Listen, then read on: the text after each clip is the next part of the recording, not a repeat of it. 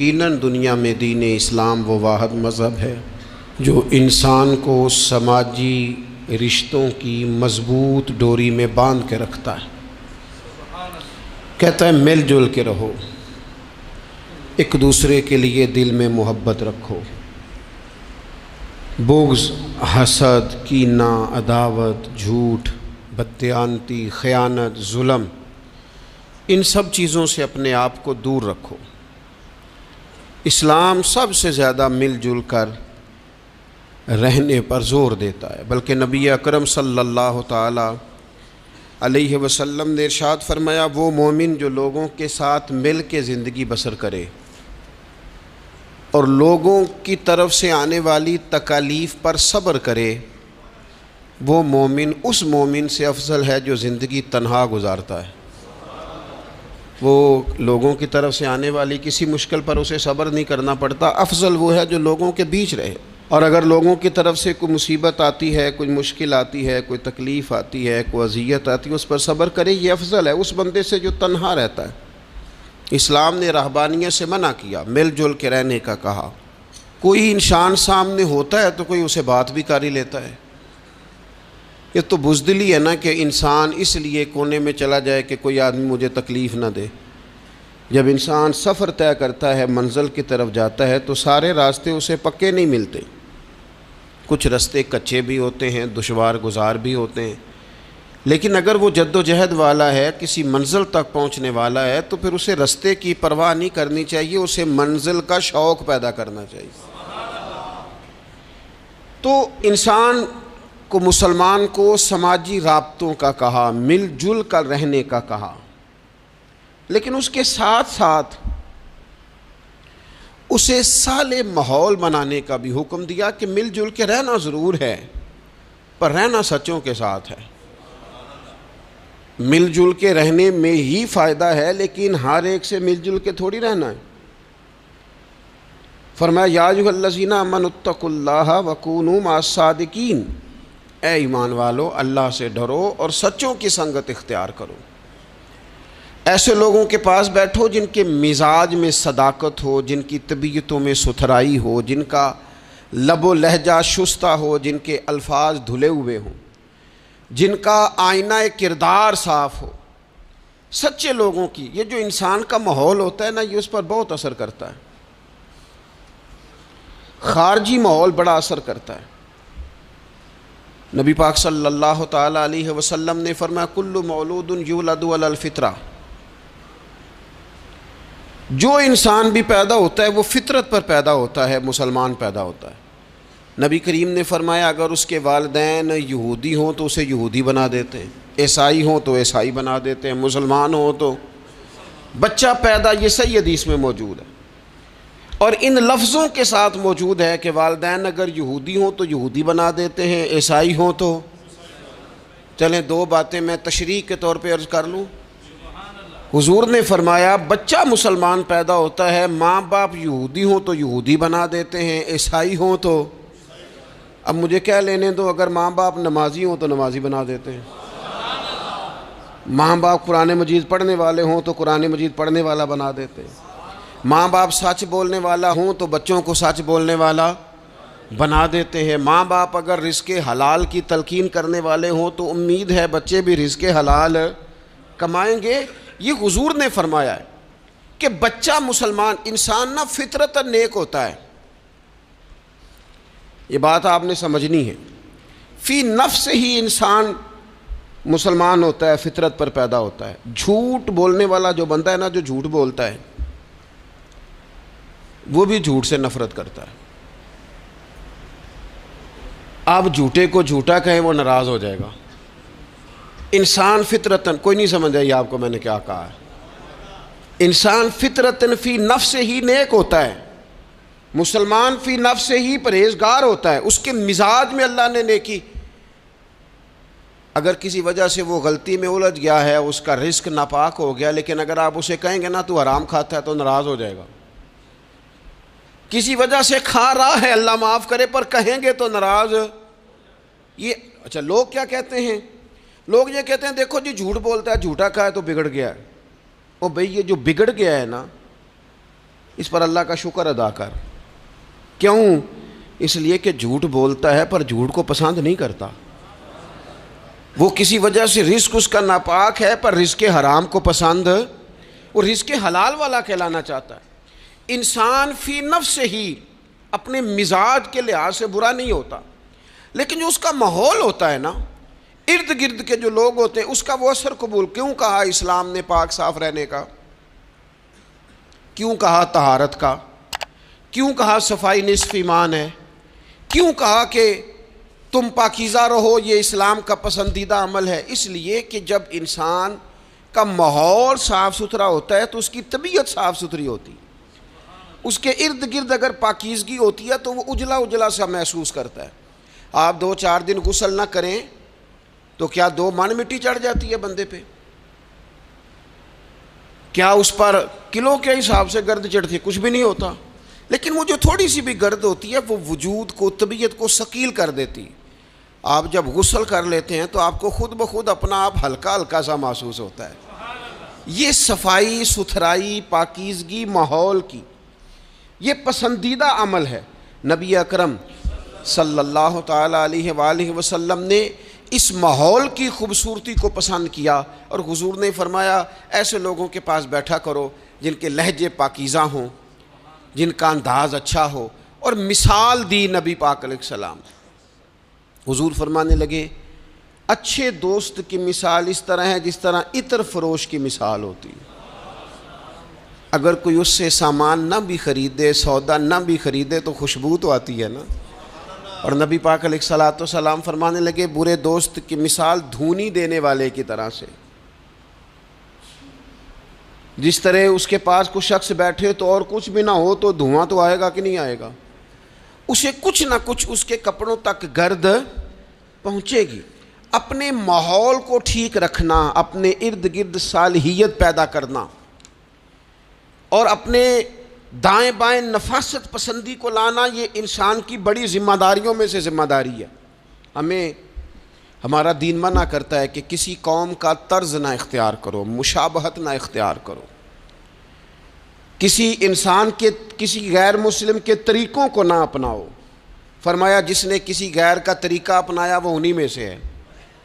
کسی غیر قوم سے مشابہت نہ اختیار کرو، اپنی الگ تمہاری تہذیب ہے، تمدن ہے، تم اگر اپنے طریقوں پر رہو گے تو نفاست پسند رہو گے، تمہارے ماحول میں اس کا اثر نہیں آئے گا۔ آپ دیکھ لیں، غور کر لیں، ہمارے ماحول میں آج کتنی خطرناک چیزیں داخل ہو گئی ہیں، نہ چاہتے ہوئے بھی داخل ہو گئی ہیں، نہ چاہتے ہوئے بھی۔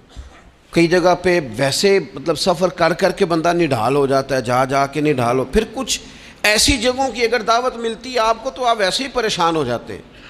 یعنی اگر پہلے تو یہ ہوتا تھا کسی بزرگ کا عرس منانا ہے، اب دعوت ملتی ہے کہ ان کا یوم ولادت ہے، اس پہ جلسہ کرنا ہے۔ میں نے کہا پہلے عرس گن لو سال کے کتنے ہیں، اور اگر ایک ایک کے 2 کرو گے تو پھر بتاؤ تمہارا خرچہ کتنا کو ہوگا، اور تم کہاں تک بات لے کے جاؤ گے۔ کچھ چیزوں کو نارمل رہنے دو۔ ایک ہستی کا میلاد منایا ہے پوری دنیا نے، اور وہ رسول پاک کی ذات گرامی ہے۔ واقعی تو ہم نے کبھی نہیں دیکھا، آپ نے کبھی دیکھا حضرت صدیق اکبر کا یوم ولادت منایا جا رہا ہو، حضرت عمر کا، حضرت عثمان کا، مولا علی کا؟ تو یہ باقیوں کو کیا مسئلہ ہو گیا ہے؟ تھوڑا سا اعتدال میں رہیں، تھوڑا سا معتدل رہیں، درمیانی چال چلے۔ جب وہ عظیم ہستیاں جن کا طریقہ دین ہے، حضور نے فرمایا میرے طریقے پر بھی چلو اور میرے خلفائے راشدین کے طریقے پر بھی چلو، جب وہاں جن کا طریقہ بہت ہمارے لیے بہرحال دستور حیات ہے، جب ان لوگوں کے لیے چیزیں نہیں ہیں تو بعد والے اس قدر شدت کے ساتھ اگر یہ کام کریں گے تو بات دور نکل جائے گی، پھر اس کو سمیٹنا سنبھالنا آسان نہیں رہے گا۔ تو فرمایا کسی قوم سے مشابہت نہ اختیار کرو، اس لیے کہ تمہارے ماحول میں پھر کچھ ایسی چیزیں آ جائیں گی جو ٹھیک۔ یہ کتنی رسمیں آئی ہیں ہمارے، مہندی کہاں سے آئی ہے؟ ہماری اپنی ہے کہ غیروں کی ہے؟ یہ مائیاں کہاں سے آئی ہیں؟ اپنی کہ غیروں کی؟ یہ جتنی رسومات ہیں، جتنی، میں نے ایک دفعہ سرچ کی، تھوڑی سی میں نے تحقیق کی تو ایسی ایسی عجیب رسمیں سننے کو ملی۔ لڑکا بیاہ کے گھر آیا ہے، اس کی اماں اس کے چہرے کے اوپر سے پانی پھیر رہی ہے، یہ تو خالص ہندوؤں کا طریقہ ہے۔ کسی کے چہرے کے گرد پانی پھیرنا خالص، یہ آپ نے بھی سنی ہوئی رسم؟ وہ بیاہ کے واپس آیا، یہ آپ کیا کر رہے ہیں؟ اور پھر کہتے ہیں اماں کو پانی نہ پینے دینا ورنہ بیماریاں ادھر چلے جائیں گی۔ کیا بات کرتے ہو؟ اسلام اس اوہام پرستی کا درس دے گا؟ کسی قوم کی مشابہت نہ اختیار کرو ورنہ تم انہی میں سے ہو جاؤ گے۔ اپنے ماحول کو، ارد گرد کے ماحول کو ستھرا رکھو، پاکیزہ رکھو، صاف ستھرا رکھو، اس میں طہارت رکھو۔ ایسے لوگوں کے پاس بیٹھو جن کے پاس بیٹھنے سے تمہیں اللہ کی یاد آئے، ایسے لوگوں کے پاس بیٹھو بیٹھنے سے تمہیں آخرت کی فکر نصیب ہو، ایسے لوگوں کے پاس بیٹھو جن کے پاس بیٹھنے سے تمہیں سادگی کا سبق ملے، ایسے لوگوں کے پاس بیٹھو جو تمہیں حقیقت پسند بنائیں، جو تمہیں یہ بتائیں کہ تم نے اپنی زندگی میں بنیادی کاموں کو کس ذمہ داری کے ساتھ سر انجام دینا ہے۔ لیکن ہم زیادہ تر اس طبیعت کے قائل ہوتے ہیں کہ ہم ان چیزوں کو سمجھتے نہیں۔ یہ جو ہم کلمات ادا کرتے ہیں، میں نے پہلے بھی کئی دفعہ کہا تھا، یہ جو ہم کلمات ادا کرتے ہیں ان کا بھی ہم پر اثر ہوتا ہے، ان کی بھی تاثیر ہوتی ہے، ان کی بھی خوبصورتی ہوتی ہے۔ تو جو ہم باتیں دوسروں سے سنتے ہیں، ہم جب کسی کے پاس اٹھتے بیٹھتے ہیں تو جو بات وہ بندہ اکثر کرتا ہے نا، وہ نہ چاہتے ہوئے بھی ہماری زبان پہ جاری ہو جاتی ہے۔ کچھ جملے ایسے ہوتے ہیں جو سوسائٹی میں عام ہوتے ہیں تو ہر بندے کی زبان پر چڑھ جاتے ہیں کہ نہیں چڑھ جاتے، یاد ہو جاتے ہیں کہ نہیں ہو جاتے۔ تو ایسے لوگوں کے پاس بیٹھا جائے جو خیر کی بات کرنے والے ہوں، تاکہ ہماری زبانوں پر ہی خیر ہی جاری ہو، کوئی شر والا عمل ہماری زبانوں پر جاری نہ ہو، اچھائی۔ نبی پاک علیہ الصلوۃ والسلام تبوک سے واپس آ رہے تھے، رستے میں مقام جعرانہ پر حضور علیہ الصلوۃ والسلام نے حضرت بلال حبشی رضی اللہ تعالیٰ عنہ سے ایک مقام پہ فرمایا اذان پڑھو۔ سیدنا بلال نے اذان پڑھی، چند نوجوان وہاں کھیل رہے تھے، ان میں سے ایک نوجوان جناب ابو معذورہ بھی تھے، انہوں نے نا حضرت بلال حبشی کی آواز کی نقل اتاری۔ یہ اگر نیت اچھی ہو نا تو اچھوں کی نقل بندے کو تار دیتی ہے۔ ہاں اگر نیت اچھی ہو، اگر معاذ اللہ توہین کی نیت ہو تو یہ مسئلہ خطرناک ہے۔ حضرت موسیٰ علیہ السلام کے زمانے میں ایک شخص تھا تو جناب موسیٰ کی نقل اتارتا تھا، اس کا انتقال ہو گیا تو رب کریم نے فرمایا اس لیے اسے معاف کر دیا ہے کہ ادائیں تو میرے کلیم کی اپناتا تھا، ادائیں تو میرے کلیم کی اپناتا تھا۔ حضرت بلال کی نقل اتاری تو سرکار کے کانوں میں آواز گئی، آپ نے صحابہ سے فرمایا بچوں کو لاؤ۔ اب جب ان کو منگوایا تو وہ دوڑ گئے، محبوب نے فرمایا کتنا کو دوڑو گے، پکڑ تو ہم نے لینا ہے۔ سب بچوں کو لے آئے، حضرت ابو معذورہ بھی ہیں۔ حضور نے فرمایا کس نے اذان کی نقل اتاری ہے؟ تو یہ بچے بڑے پکے ہوتے ہیں، اگر ایکا کر لینا آپس میں۔ حضور نے فرمایا کس نے اذان پڑھی ہے؟ کوئی نہیں بولا۔ کریم فرمانے لگے چلو باری باری سناؤ۔ اب حضرت ابو معذورہ کی باری آئی، مختلف انداز میں بھی روایت مختلف جگہوں پہ موجود ہے۔ جب ان کی باری آئی انہوں نے اذان پڑھی، پہلے تو پڑھی تھی اپنی مرضی سے، اب پڑھی کریم رسول کی صحبت میں کھڑے ہو کے۔ اور یار حد ہو گئی، جو نبی پاک کے سامنے کھڑا ہو کے کہے اشہد ان لا الہ الا اللہ، جو حضور کے سامنے کھڑا ہو کے کہے اشہد ان محمد رسول اللہ، پھر وہ بندہ خالی رہ جائے؟ حضور نے فرمایا کتنی سونی ہے تیری آواز۔ اور پھر سرکار نے ان کے سر پہ ہاتھ پھیرا، پھر ان کے دل پہ ہاتھ پھیرا۔ تھوڑی دیر ہوئی ایک آیا کالیاں زلفاں والا، ایویں تھوڑی دیر ہوئی ایک آیا کالیاں زلفاں والا، دو کڑیاں میرے من وچ رکیا ہے تے کر گیا نور اجالا۔ ہر چیز تبدیل ہو گئی۔ محبوب نے دعا کی اللہ انہیں اسلام کی ہدایت دے دے۔ حضرت ابو معذورہ کہتے ہیں چند منٹوں میں میرا ماحول بدلا، میری تقدیر بھی بدل گئی، میں کلمہ پڑھ کے مسلمان ہو گیا۔ اب نبی پاک علیہ السلام نے کیا فرمایا؟ فرمایا کہ بلال اذان پڑھیں گے مدینہ طیبہ میں اور ابو معذورہ پڑھیں گے مکہ مکرمہ میں۔ ان کے بال اتنے بڑے تھے کہ وہ بیٹھتے تھے نا تو ان کے نیچے دب جاتے تھے۔ لوگوں نے کہا کٹواتے کیوں نہیں؟ کہنے لگے کیسے کٹواؤں؟ حضور نے دست مبارک لگایا، یہ میں بال قبر میں ساتھ لے کے جاؤں گا۔ پسے مردن فرشتوں نے جو تلاشی لی تو کیا نکلا؟ کہتے میں انتقال کر گیا، فرشتے قبر ٹٹولنے لگے کہ بھلا کیا لے کے آیا؟ پسے مردن، بعد مرنے کے پسے مردن فرشتوں نے جو تلاشی لی تو کیا نکلا؟ فقط ایک دل کے گوشے سے خیال مصطفیٰ نکلا۔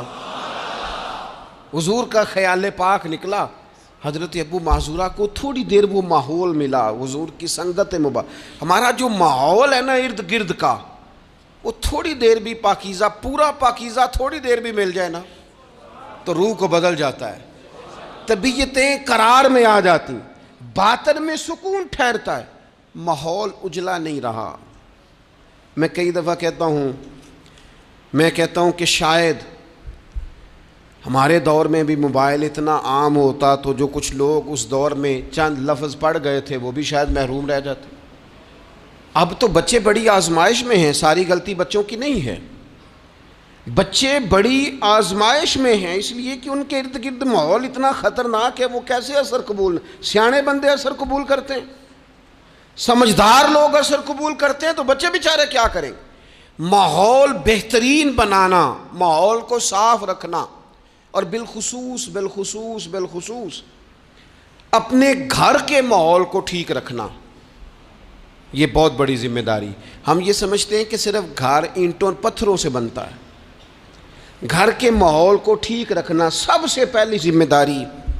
بچوں کے لیے اچھی ماں کا انتخاب، اچھی بیوی لے کے آنا گھر میں، یہ سب سے زیادہ اہم مسئلہ ہے۔ نہ مانے ہم، لیکن بہرحال ڈھیر ساری جگہوں پہ دولت دیکھی جاتی ہے شادی سے پہلے۔ ماں باپ نے بڑی زیادتی کی، بڑا ظلم کیا، ناراض نہ ہونا، بڑا ظلم کیا، پیسے دیکھے بچی اور بچے کا نکاح کر دیا۔ یہ اتنا بڑا زندگی میں آپ نے اپنی اولاد کے ساتھ ظلم کیا ہے کہ آپ تو سائیڈ پہ ہو جائیں گے، لیکن وہ بیچارہ ساری زندگی اس کو بھگتے گا۔ نبی پاک صلی اللہ تعالیٰ علیہ وسلم نے الفاظ کو کھول کر، بات کو واضح کر کے بتایا تھا۔ ایک تو ہوتا ہے نا کہ آپ کو کسی تشریح میں جانا پڑے، حضور نے بالکل کھول کے فرمایا کہ عورتوں سے محض ان کی خوبصورتی کی وجہ سے شادی نہ کرنا، اس لیے کہ خوبصورتی ان کو ہلاکت میں ڈال دے گی، اور فرمایا محض ان کے مال کی وجہ سے شادی نہ کرنا، مال ان کو سرکش بنا دے گا۔ یا رسول اللہ صلی اللہ تعالی علیہ وسلم پھر کیا کریں؟ تو محبوب فرمانے لگے ان کی دینداری کی وجہ سے ان سے شادی کرنا۔ اور یہ ابن ماجہ میں لفظ موجود ہیں، اللہ کے محبوب علیہ الصلوۃ والسلام فرمانے لگے کان میں سوراخ والی کالے رنگ کی باندی اگر دیندار ہو تو تمہارے لیے بڑی بہتر ہے۔ باندی ہو، رنگ سیاہ ہو، کان میں سوراخ ہو، اس سے نکاح کر لینا، شرط یہ ہے کہ دیندار ہو۔ بہت اثرات ہیں ماں کے، لہذا اس انتخاب کے اندر باریکی کا مزاج پیدا کریں اگر اپنے گھر کا ماحول ٹھیک رکھنا چاہتے ہیں، اور اگر ماحول ٹھیک نہیں ہے تو پھر آپ کروڑوں روپیہ لے آئیں، جس کے بچے ہی ناکام ہو گئے اس کے پیسے کیا کریں گے؟ آپ بہت بڑا گھر بنا لیں لیکن اگر بچے ہی ناکام ہو گئے تو آپ کی بڑی حویلی کیا کارنامہ سر انجام دے گی؟ اور اسی طرح کا معاملہ مرد کے ساتھ بھی ہے۔ نبی پاک علیہ الصلوۃ والسلام نے فرمایا جب تمہیں ایسے لوگ پیغام نکاح دیں جن کا دین اور اخلاق اچھا ہو تو پھر اپنی عورتوں کا نکاح ان سے کر دو، اگر ایسا نہیں کرو گے تو زمین میں فتنہ برپا ہوگا، فساد ہوگا۔ نیک مرد جب ملے تو پھر اس کے ساتھ نکاح کرو، صحیح بتانا، خالی نیک دے کے رشتہ دے دیا جاتا ہے، نیک ہے، دیندار ہے، اچھے اخلاق والا ہے، خالی تقوی دیکھ کے لوگ رشتہ دیتے ہیں، بڑا کچھ دیکھا جاتا ہے، بڑا پس منظر دیا، تو تنخواہ تھوڑی ہو تو کہتے ہیں کماتا ہی کچھ نہیں، اگر تو بہو آئے تو پھر تو اس کے نصیب کا رزق ہے، اور اگر بیٹی نے جانا ہو تو پھر اس کے نصیب کا رزق نہیں ہوتا۔ تو جن رشتوں کی بنیاد لالچ پر رکھی جاتی ہے وہاں گھر کا ماحول درست رکھنا ممکن نہیں رہتا۔ گھر کا ماحول اس وقت درست رہتا ہے جب تقویٰ کو، طہارت کو، پرہیزگاری کو، عمدہ اخلاق کو، عمدہ اطوار کو، اچھے نظریات، ستھرے مزاج کو، گھرداری کے ماحول کو جب پیش نظر رکھا جاتا ہے پھر حالات کچھ اور طرح کے ہوتے ہیں۔ لیکن ہمارے ہاں چونکہ یہ چیزیں دیکھی نہیں جاتی، اس پر غور نہیں کیا جاتا، اور میں نے پہلے بھی کہا ہے، پھر کہتا ہوں یہ بات ضروری ہے، اس پر آپ نے غور کرنا ہے، لوگ دیندار ہوں، دیندار نظر نہ آتے ہوں، تھوڑی سی اس پر غور کر لیں، دینداری کا لیبل نہ ہو، اندر دینداری موجود ہو، صرف بار بورڈ نہ ویزا ہو، اس کے اندر باقاعدہ تقوی ہو، پرہیزگاری ہو، اللہ کا خوف ہو، اور سب سے ضروری چیز اچھے اخلاق ہو۔ نبی اکرم علیہ السلام کی خدمت میں عرض کیا گیا تھا، یا رسول اللہ ایک بی بی بڑا صدقہ کرتی ہے پر اپنی زبان سے تکلیف دیتی ہے پڑوسیوں کو، صدقات بڑے کرتی ہے، سخی بڑی ہے، تو حضور نے فرمایا دوزخی ہے۔ یا رسول اللہ ایک بوڑھی اماں پنیر کے خشک ٹکڑے صدقہ کرتی ہے، غریبنی ہے، پر یا رسول اللہ اخلاق کی بڑی اعلیٰ ہے، اللہ کے محبوب نے فرمایا اسے بتا دو رب اسے جنت عطا فرمائے گا۔ وہ جنتی بی بی ہے اس لیے کہ اخلاق عمدہ ہے، اس کا لہجہ عاجزی والا ہے، اس کے لفظوں میں خوبصورتی ہے، وہ اپنی زبان کے تیر برسا کے دلوں کو گھائل نہیں کرتی۔ تو اخلاقی رویوں کی عمدگی یہ انسان کے لیے جنت کا رستہ آسان کرتی۔ پھر گھر کے اندر کچھ دینی ماحول بنایا جائے، اور دینی ماحول سے ہمارے ہاں لوگ یہ مراد لیتے ہیں کہ میں جناب اچھی باتیں کروں، عمدہ تقریر کروں گھر کے اندر، میں اپنے بچوں کو واقعات سناؤں صحابہ اور اہل بیت کے، بڑی اچھی بات ہے، اس سے بھی انقلاب آئے گا۔ لیکن ہمیں پتہ ہے نبی پاک علیہ السلام نے کیا فرمایا؟ حضور نے فرمایا کچھ نفل نماز گھر میں بھی پڑھا کرو، تم اپنی عبادات کا ماحول گھر کے اندر بناؤ، تمہاری طبیعت گھر میں لگے، تمہارا گھر سجدے سے آباد ہو۔ نبی اکرم صلی اللہ تعالیٰ علیہ وآلہ وسلم نے فرمایا اپنے گھر کے اندر کچھ وقت گزارو عبادت میں، خود بخود تمہارے بچوں کو ہم نے دیکھا ہے گھر کے اندر نماز کی نیت باندھے تو جس چھوٹے بچے کو بالکل پتہ نہیں نہ ہوتا نماز کیا ہے، وہ بھی ساتھ آ کے کھڑا ہو جاتا ہے، سجدہ نہ کرنا آئے تو مصلی پہ لیٹ جاتا ہے۔ گھر کے اندر دین کی آپ تقریر نہ شروع کریں، آپ عمل کریں۔ آپ کا لہجہ میٹھا ہے تو مٹھاس آگے تقسیم ہوگی، آپ کے بچے جو انداز آپ کے والدین کے ساتھ آپ کا دیکھیں گے وہ رویہ آپ کے ساتھ اختیار کر لیں گے۔ اگر سچائی کا پہلو گھر کے اندر آئے گا تو بچے سمجھیں گے ہمیں سچ بولنا ہے۔ اگر وہ کبھی اپنے باپ کو حضور کی یاد میں روتا دیکھیں گے تو وہ بھی کہیں گے مدینے جانا ہے۔ اگر وہ کبھی نبی پاک علیہ السلام کی محبت کی گفتگو دیکھیں گے تو خود بخود وہ بات اتر جائے گی۔ گھر کے اندر اگر بڑا کچھ ہوتا ہے، آج جی میرا دل کر رہا ہے میں نے پکوڑے کھانے ہیں، آج جی میرا دل کر رہا ہے میری مرضی کی فلاں چیز پکائی جائے، آج میرا دل کر رہا ہے فلاں چیز گھر میں لائی جائے، تو کبھی کبھی یہ بھی دل کرنا چاہیے کہ آج میرا دل کر رہا ہے گھر میں سورہ یاسین پڑھی جائے، آج میرا دل کر رہا ہے گھر میں اللہ کا ذکر کیا جائے۔ نبی کریم صلی اللہ تعالیٰ علیہ وسلم نے فرمایا ایک وہ گھر ہے جس میں اللہ کا ذکر ہوتا ہے اور ایک وہ گھر ہے جس میں اللہ کا ذکر نہیں ہوتا، ان دونوں گھروں کی مثال زندے اور مردے کی ہے۔ جہاں رب کی یاد ہوتی ہے وہ گھر زندوں کا ہے، جہاں اللہ اللہ کی جاتی ہے وہ گھر زندوں کا ہے، جہاں رب کو پکارا جاتا ہے دعائیں مانگی جاتی ہیں وہ گھر زندوں کا ہے۔ اور جہاں سویرے سارے سوئے ہیں،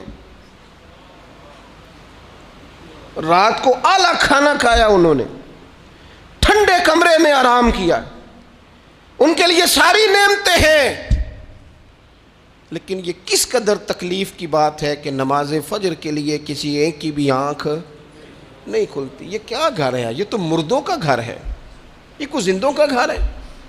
یہ تو حضور علیہ السلام نے فرمایا زندہ اور مردہ کی مثال ہے، جہاں اللہ کی یاد کی جاتی ہے اور جہاں نہیں کی جاتی۔ اپنے گھروں کو، اپنے گھروں کے ماحول کو اللہ کے ذکر کے ساتھ آباد کرنا۔ اور پھر ایک اور بات،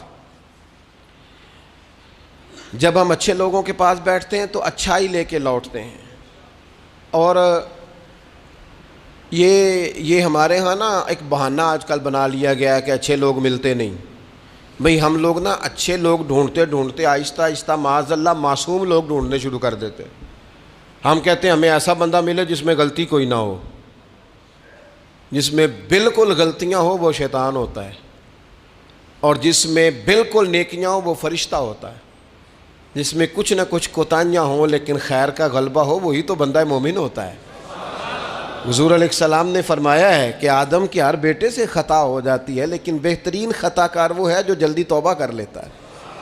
ہم یہ چاہتے، مجھے جی کوئی بندہ نہیں ملا ساری زندگی، نہیں آپ بندہ نہیں ڈھونڈ رہے تھے، آپ تو معاذ اللہ معصوم عن الخطا ڈھونڈ رہے تھے، وہ نبیوں اور فرشتوں کے علاوہ کوئی نہیں ہوتا۔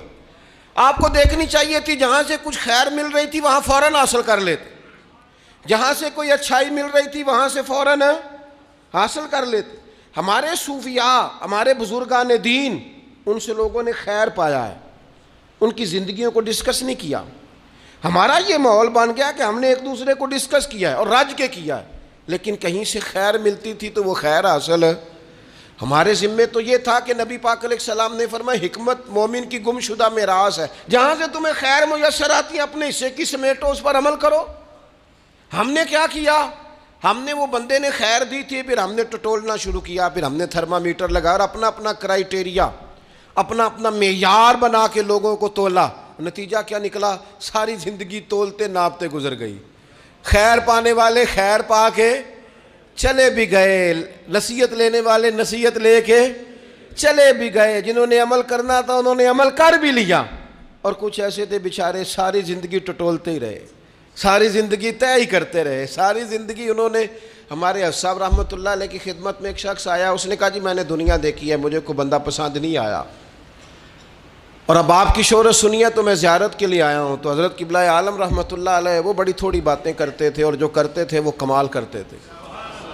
وہ فرمانے لگے آپ کھانا کھائیں، فقیر کے لائق کو حکم ہو تو کریں، باقی چونکہ آپ نے کافی دنیا دیکھی ہے تو وہ جتنے آپ دیکھ آئے ہیں میں ان سب سے زیادہ گناہ گار ہوں، لہٰذا اگر آپ اتنے لوگوں کو دیکھنے کے بعد یہاں آئے ہیں تو آپ کو یہاں سے کچھ نہیں ملنے والا، اس لیے کہ ہم تو ان سب سے چھوٹے ہیں. ہمارا یہ معیار ہے، یہ عاجزی، یہ انکساری، یہ درد.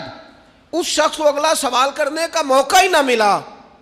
کہنے لگا آپ مجھے بیعت فرما لیں، تو کہنے لگے نہیں نہ، اتنی تنقیدی نظریں اور اتنا گہرا مطالعہ، تھوڑے عرصے کے بعد آپ پریشان رہنے لگ جائیں گے. آپ جائیں، ابھی ڈھونڈیں، ابھی تلاش کریں، بھی آپ کو وقت لگے گا. آپ تھوڑا گھوم لیں. زندگی میں کچھ لوگ خیر پا ہی نہیں سکے، انہیں اچھے لوگ ملے ہی نہیں، حالانکہ یہ میرے نبی پاک کی امت ہے. میں بڑی بات کرنے لگا ہوں، بڑی، اگر آپ کی سمجھ میں آئے تو. یہ حضور کی امت ہے. کنتم خیر امت، یہ نبی پاک پر نازل ہونے والے قرآن کا فیصلہ ہے. اور میرے رسول پاک علیہ السلام نے فرمایا میری امت میں سے بڑی جماعت، سواد اعظم ہمیشہ حق پہ رہے گی، بڑے لوگ ہمیشہ حق پہ رہیں گے. اور حضور نے فرمایا میرے دین پر ہمیشہ عمل کیا جاتا رہے گا. تو قرآن و حدیث تو کہتے ہیں خیر والے لوگ موجود ہوں گے، تو جسے مل نہیں رہے، اور ایک دو چار لوگ نہیں، جماعت کہا. کتاب و سنت کہہ رہی ہے لوگ ہیں، ملیں گے، اور جس کو مل نہیں رہے اس کا معنی یہ ہے کہ وہ سامنے والے کا چہرہ تو صاف کر رہا ہے پر اپنی اینک کا شیشہ صاف نہیں کر رہا. وہ سامنے سے آئینے کو تو الزام دے رہا ہے، لیکن وہ اپنے چہرے سے نقاب اتارنے کو تیار نہیں ہے. مندے بندے نو میں لبن ٹریا تے جگ تے ملیا نہ کوئی، اپنے اندر چاتی پائی تے میتھوں برا نہ کوئی. جو لوگ خیر، اچھے لوگوں کو ڈھونڈیں اور اچھائی سے فیض پائیں، اس سے فیض حاصل کریں. جو لوگ بھی ڈگریوں پر بحث کرتے ہیں نا، ٹیچر آئے ایف اے کے، بی اے کے، ایم اے کے، انہوں نے آتے ہی کلاس میں کہا کتابیں نکالو بھائی. پہلے دن فرسٹ ایئر کی کلاس بیٹھی ہے، سمجھ لیں اردو کے ٹیچر، کتابیں نکالو. تو ایک اسٹوڈنٹ صاحب اٹھ کے کھڑے ہو گئے، انہوں نے کہا سر جی پہلے آپ یہ بتائیں کہ آپ نے ایم اے اردو کیا ہوا ہے، پھر آپ یہ بتائیں کہ ایم اے کے بعد آپ نے بی ایڈ یا ایم ایڈ کیا ہے، پھر یہ بتائیں کہ آپ میرٹ پہ ہیں کہ سفارش پہ ہیں. اگر یہ 3 سوال اسٹوڈنٹس کرے تو استاد جواب دے دے گا. ہاں ایسے شاگرد کے لیے ڈنڈا سوٹا چلایا جا سکتا ہے. بھئی تو کتاب کھول، تو کون ہوتا ہے یہ پوچھنے والا؟ تیرا یہ کام نہیں. یہ مجھ سے پوچھے گا کالج کا پرنسپل، یا مجھ سے پوچھے گا اس ادارے کا ہیڈ جو مجھ سے بڑا ہوگا، اسے میں ڈگری دکھاؤں گا. تو کون ہوتا ہے؟ تیرے ذمہ یہ آیا ہے کہ تو مجھ سے پڑھ، کتاب کھول، میں تجھے پڑھاؤں، یہ تیری ذمہ داری. میرے دور کا سب سے بڑا مسئلہ یہ ہے کہ لوگوں نے کہا اولیاء کی ڈگریاں چیک کریں گے، معاذ اللہ یہاں تک کہ کہا پہلے صحابہ کی تاریخ دیکھیں گے، کون کس کے ساتھ مشاجرات میں تھا، پہلے وہ چیک کریں گے پھر فیض پائیں گے. ہمیں تو ہمارے نبی نے کہا تھا صحابی کا نجوم، میں نے یہ سارے تمہارے لیے ستارے بنائے ہیں، تم جس کے پیچھے چلو گے اللہ تمہیں ہدایت عطا فرما دے گا. لیکن یہاں لوگوں نے کہا ہم ڈگریاں دیکھیں گے. نقصان کیا ہوا؟ بے فیض رہ گئے. نتیجہ کیا نکلا؟ پا کچھ نہیں سکے. لازمی طور پر رزلٹ یہ برآمد ہوا کہ شر ہی شر پھیل گیا، فتنہ ہی فتنہ ہو گیا۔ ہمارے ذمے تو خیر لینا تھا، خیر نہیں لی، ڈگریوں پہ بحث کی، نتیجہ غلط برآمد ہوتا ہے۔ اپنی مومن کی گمشدہ میراث ہے حکمت، جہاں سے خیر کی بات ملے اسے لو۔ حضرت عبداللہ ابن عباس آپ فرمایا کرتے تھے بس ایک کام کرنا، لا تجالسوا اہل الہوا، جو لوگ ہوائے نفس والے ہوں، برے ہوں، ان کی مجلس نہ کرنا، بروں کے پاس نہ بیٹھنا۔ حضور کیا ہوگا؟ فرمایا اگر ان کے پاس بیٹھو گے نا تو تمہارا دل اور تمہاری روح بیمار ہو جائے گی، روح بیمار ہوگی، دل سخت ہو جائے۔ بروں کی صحبت سے اپنے آپ کو بچانا، اپنے ارد گرد کے ماحول میں خیر والے۔ داتا گنج بخش علی اجویری رحمۃ اللہ تعالیٰ علیہ ارشاد فرماتے ہیں کہ ایک بندہ طواف کعبہ کر رہا تھا، بیت اللہ شریف کا طواف کر رہا تھا، اور وہ طواف کرتے کرتے نا دعائیں مانگ رہا تھا، یا اللہ میرے دوستوں کو نیک کر دے، یا اللہ میرے دوستوں کو پرہیزگار کر دے، یا اللہ میرے دوستوں کو اچھا کر دے۔ داتا صاحب فرماتے میں نے اس کا بازو تھام لیا، میں نے کہا یہ کیا دعا ہوئی، کوئی اپنے لیے بھی مانگ۔ تو کہتے ہیں وہ کہنے لگا حضور اگر میرے دوست نیک ہوئے تو میں انشاءاللہ خود بخود ہی ہو جاؤں گا، اگر میرے ارد گرد کا ماحول ٹھیک ہوا تو مجھے بھی خیر کی طرف لے جائیں گے۔ اگر ماحول ٹھیک ہو، دائیں بائیں، ہم یہ کرتے ہیں کہ ہم نا کئی دفعہ اپنی آگ بجھاتے ہیں، پڑوسیوں کی بجھانے کی کوشش۔ میرے ابا جی پتہ کیا کہا کرتے تھے، وہ کہندے سن پتر جے گوانڈیاں دی اگ نہ بجھائیے تے اپنے گھر بھی آ جاندی۔ تو پڑوسی کی آگ کئی دفعہ اس لیے بھی بجھا دینی چاہیے کہ ایسا نہ ہو کہ اگر وہ جلتی رہی تو ہمارے گھر بھی۔ اپنے ماحول کو ٹھیک کرنا چاہیے، ارد گرد کے سارے ماحول، کیونکہ ماحول ٹھیک رہتا ہے تو اس میں رہنے والے بچے، اس کے اندر بسنے والے لوگ یہ بھی ٹھیک رہتے ہیں، اور اگر ماحول بگڑ جائے پھر سارا کچھ بگڑ جاتا ہے۔ اپنی مجالس کو عمدہ کریں۔ دوستوں کے ماحول میں نہ ایک دوست رواج ڈالے کہ یار ٹھیک ہے گپ شپ بڑی ہو گئی، میرے پاس حضور کا ایک فرمان ہے، یہ دیکھو میں موبائل میں لے کے آیا ہوں، اگر مجھے 2 منٹ دو تو میں اپنے کریم کی ایک حدیث نہ تمہیں سناؤں۔ تھوڑا سا تانا دیں گے، تھوڑا سا کہیں گے بہ جا تو ایڈا مولوی، پتہ ہے جتنا تو نیک ہے، تھوڑا سا کہیں گے، لیکن یہ 2-4 منٹ کے لیے ہوگا، اور حضور کی بندہ حدیث سنائے اور پھر سرکار کا فیض حاصل نہ ہو، پھر اللہ کی مدد نہ آئے۔ تھوڑا سا نہ ماحول بنایا جائے جہاں لوگ محنت کر کے جد و جہد کر کے یہ کام کرتے ہیں نا کہ چل یار تو مری تیرا خرچہ میں دوں گا، تو وہاں اگر تھوڑی سی کوشش یہ بھی کر لی جائے کہ یار میرے پاس سواری ہے، چل دونوں کٹھے مسجد چلتے ہیں۔ اپنے ماحول میں تقویٰ لایا جائے، صالحیت لائی جائے، ارد گرد کے ماحول کو اللہ رسول کی باتوں سے آراستہ کیا جائے، خیر بانٹنے کی کوشش کی جائے۔ میں دیکھتا ہوں تلخ تلخ طبیعتیں ہیں، پریشان لوگ ہیں، رج کے سوئے ہیں، رج کے کھایا ہے، اور اچھی جگہ پہ اللہ نے رہنے کا موقع دیا ہے، لیکن طبیعت کو قرار نہیں ہے۔ کیوں؟ اس لیے کہ جسم سیر ہو گیا، روح پیاسی ہے، باطن تڑپتا ہے، اس کے اندر بھوک ہے، درد ہے۔ جب ہم خیر والی مجالس برپا کریں گے، وہ صحابہ کی محفلیں جہاں علمی باتیں ہوتی تھیں، جہاں خیر کی گفتگو ہوتی تھی، جہاں حضرت عمر فاروق کے گرد بہت سارے صحابہ بیٹھے، حضرت عبداللہ ابن عباس کو آپ اکثر قریب بٹھایا کرتے تھے، فرمانے لگے یار میرا دل کرتا ہے قرآن مجید کی ایک سورہ ہے اس کی تفسیر بیان کی جائے۔ میں بھی اپنے فہم کے مطابق کچھ کہتا ہوں، حضرت عمر جیسے لوگ، انداز کتنا عاجزی والا ہے، میں بھی اپنے علم کے مطابق بات کرتا ہوں، سارے رائے دو۔ بعض لوگوں کا خیال تھا حضرت عبداللہ ابن عباس کو زیادہ آگے کیوں بٹھاتے ہیں، اتنے کبار صحابہ کی موجودگی۔ حضرت عمر نے سورہ نصر تلاوت کی، اذا جاء نصر اللہ والفتح ورأیت الناس یدخلون فی دین اللہ افواجا۔ آپ نے بھی کچھ تفسیر بیان کی، کچھ باقی لوگوں نے بھی بیان کی۔ حضرت عبداللہ ابن عباس جوان تھے، 15-16 سال عمر تھی، فرمایا آپ بھی کوئی تفسیر بیان کریں کہ اب اللہ کی مدد آ گئی، پھر فتح حاصل ہو گئی، پھر آپ دیکھیں گے لوگ فوجوں کی فوجیں دین میں داخل ہو رہے ہیں، اس کی تفسیر آپ بھی بیان کریں۔ حضرت عبداللہ ابن عباس نے پہلے ٹھنڈی آہ بھری، پھر بات کہنے سے پہلے آنسو آئے، پھر فرمانے لگے امیر المومنین اس آیت میں نبی پاک کے وصال ظاہری کی خبر دی گئی ہے۔ یہ صورت بتاتی ہے کہ اب حضور کے وصال کا وقت آ گیا ہے، اس لیے کہ جب فتح ہو گئی ہے، جب فوجوں کی فوجیں لوگ دین میں آ گئے ہیں، تو اب رب نے کہا فسبح بحمد ربک واستغفر، اب آپ تسبیح پڑھیں، استغفار کریں، اللہ کی حمد کریں۔ یہ حضور کے وصال کی طرف اشارہ ہے۔